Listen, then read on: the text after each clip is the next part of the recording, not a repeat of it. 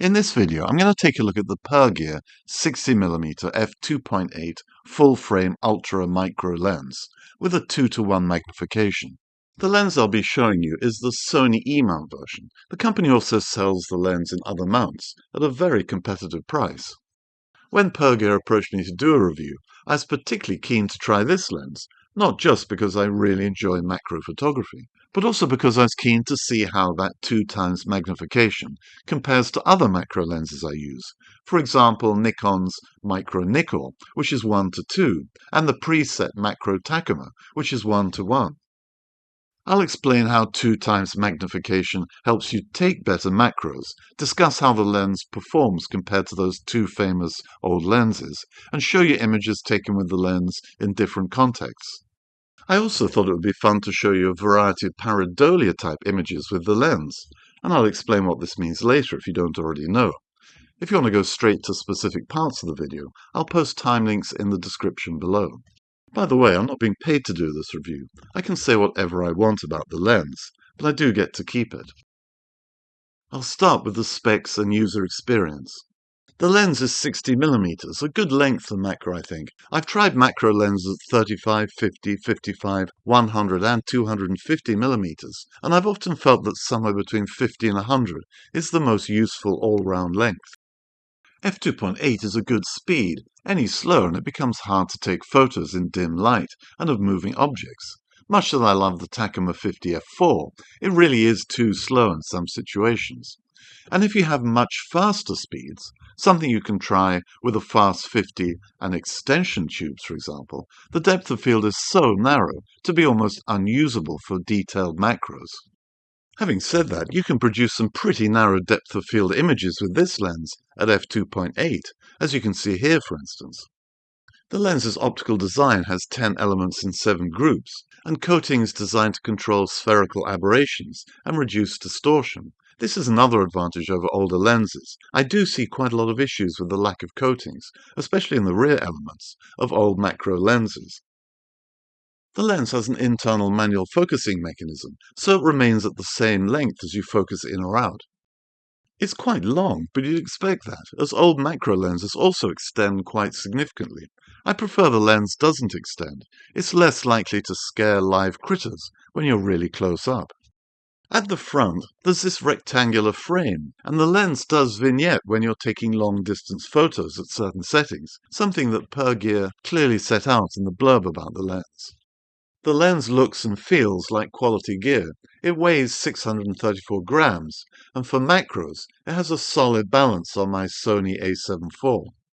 The focus ring is large and well damped, critical for accurate macro focusing, and there are helpful markings on the ring showing different levels of magnification. The lens has 10 blades, and the aperture ring is clickless. Again, I like this for macro. No sudden jolts changing f-stops. Let's start with the lens's 2x magnification and show you how it compares with 1:1 and 1:2 macro lenses. Visually, this is how close each lens can get to an object in focus, but as others have observed, it's not how close you are that's so critical, it's how much magnification each lens provides. Here are the images taken with each lens, and you can see the tremendous difference 2:1 magnification makes. Looking at these images, you may feel that the Nikon and Takuma are better compositions. The Pergear image is too close up and magnified. However, that's missing the point, because the Pergear's 2:1 magnification gives you the ability to step back a little from whatever you're trying to shoot and still have a well-magnified image, so you can produce images like the Nikon or Takuma without being so close. And this is incredibly useful. If you're photographing, say, live insects, it can be quite hard to get good results at a lens's minimum focus distance, right up close to that insect. That's because any movement will disturb the insect. Shaded light can be a problem, and with such a close-up narrow depth of field, any movement by you or the insect will result in an out-of-focus image. Having said all that, with the right stabilization and lighting, there are a lot of interesting shots you can take with this lens at its MFD, compared to lenses with 1:1 or 1:2 magnification. Here's a photograph taken with the 1:2 Micro Nickel at its minimum focus distance. It's closer than you get with one of Nikon's standard fast 50s, but still, it's not particularly magnified. I read great things about this lens before buying it, and it is sharp. But then nearly all macro lenses are sharp, and the 1 to 2 magnification is, in my opinion, rather disappointing. You can buy a dedicated extension tube, and I've done that, because it turns the lens into a 1 to 1. But if you're going to use extension tubes, why not simply use extension tubes with a much faster standard fast 50? The early M42 mount preset macro Takuma I have is 1 to 1. Frustratingly, later versions and early Pentax K-mount macros regress to 1 to 2. 1 to 1 means the image captured on film or a full-frame sensor is a similar size to the actual object you're photographing, and at the lens's minimum focus distance, it does produce what you could call a proper macro close-up view. Even a slow lens like this produces a very narrow depth of field, really blurred out-of-focus areas, and a sharp rendering of the tip of the fork. And this is the result from the Pergear, at the Pergear's minimum focus distance. This is an impressive result, really close up and sharp, and super smooth bokeh. To recap the three images side by side, as you can imagine, with this level of magnification, you can have a lot of fun using the Pergear close up, more fun than using the other two lenses. Here's another example, again starting with the micro nickel, and again showing, to me at least, that this isn't a particularly powerful close-up lens. The Takuma shot is informative because the lens struggled with the side light in this shot. I hope you can see that the image looks a little washed out and lacking in contrast, something I've experienced in some other strongly lit scenes with this lens. The Takuma has a very deeply recessed front element, so that should help with side light, but I suspect there's a lack of coatings on the rear element that is causing washed out looking images in some situations. No such problems with the Pergear, the image is nice and contrasty. And zooming in, you can see excellent sharpness on the in-focus parts of the image. I'd like to show you one more threesome because it helps to illustrate another observation about 1 to 2 versus 2 to 1 magnification macro lenses. Assuming you're using a very sharp macro lens, and stop down a little, these three lenses are very sharp. If you're using a 1 to 2 lens, why can't you simply crop into an image to get the same type of result as a 2 to 1 lens? Well, yes, you can in some cases, as you can see if I crop into the less magnified images. However, if we go back to the photos of the flower and crop right into the image, you're just not going to get the micro details from a crop of the 1 to 2 and 1 to 1 lenses that you get from the 2 times Pergear. More importantly for the resolution, the size of each crop is significantly different. These are the actual relative sizes of each crop.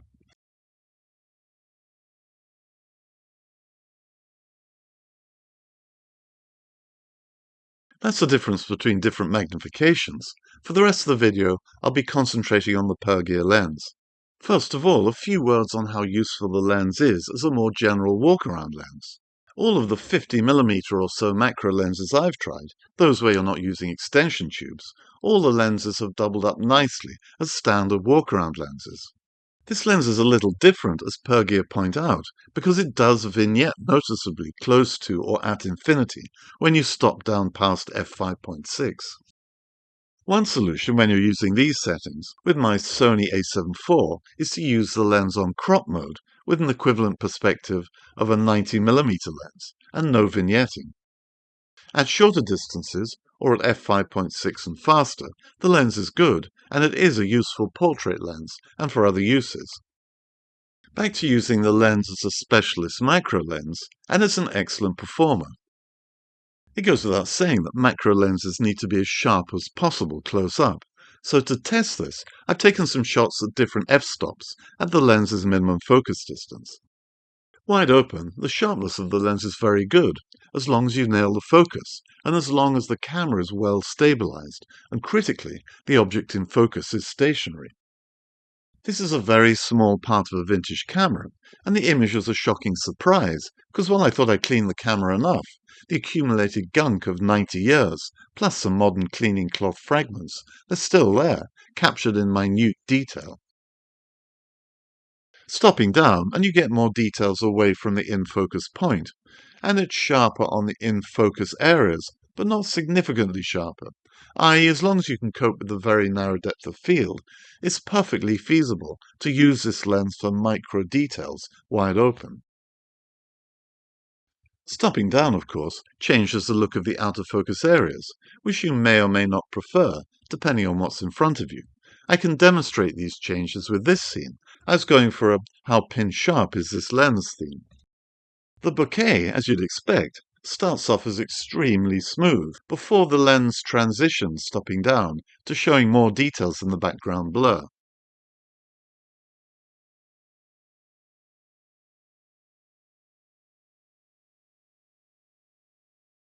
Looking at bokeh bubbles, when you're very close up, if there are bright points of light in the background of the frame, the bubbles are huge. These psycho eyes, a kind of pareidolia image, are interesting. I think the effects have been caused by the bright lights, close up, reflecting back off the front elements of the lens. This is the only time I've seen this effect. Moving a little further away, here's the impact of stopping down the aperture blades on the bubbles.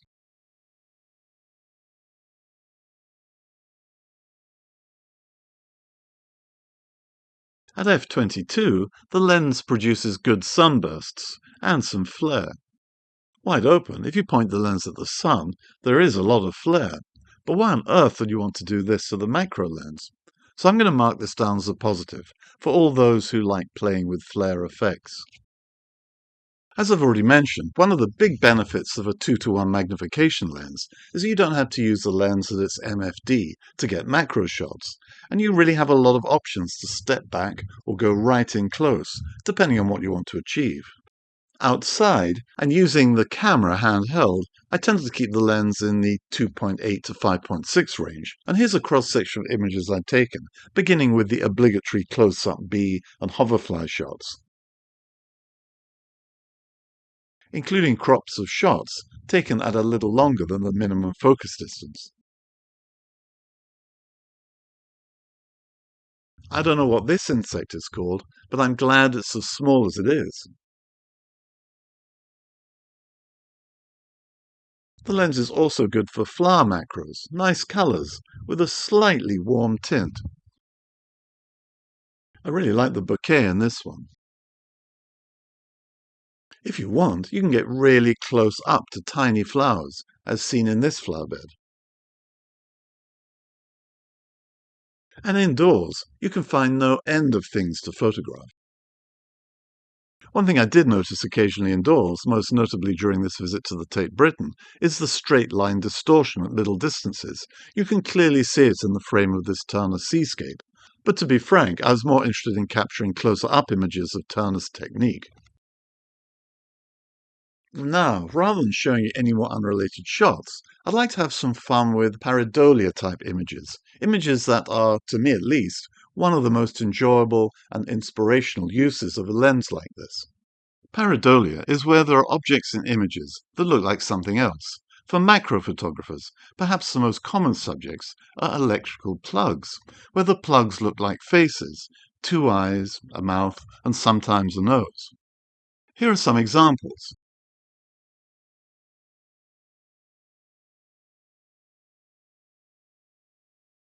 Parts of other objects can also look like human faces, such as this part of a stapler. And a few more faces.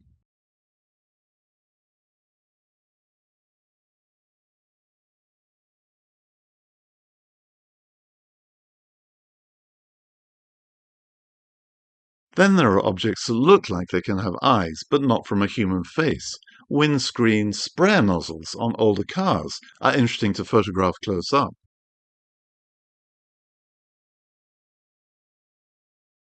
Finally, I've tried to snap some animal pareidolias. Some are more effective than others, I feel, but they're all fun to photograph.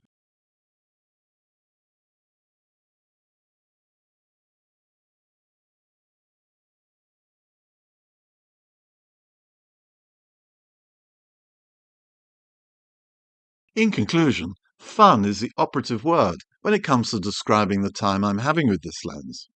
I've always felt that if I was in a photography competition and I was given only a couple of hours to take a shot that had some kind of wow factor, I'd choose a powerful macro lens, and this would be a very good choice. It's satisfyingly sharp, as you can see from this series, and with the 2:1 magnification, close up is really close up. In common with all macro lenses, it's not without its challenges. You may find you have to bin quite a large number of shots where you just missed your chosen focus point, or where your subjects are moving around, or even blowing around. Wind is a killer for macro photographers.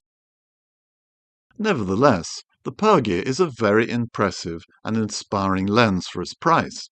And if you're interested in learning more about it, or buying one, I've included links in the description below. I hope you've enjoyed looking at the photos in this video as much as I have enjoyed taking them. All comments will be most gratefully read, and until the next time, all the best.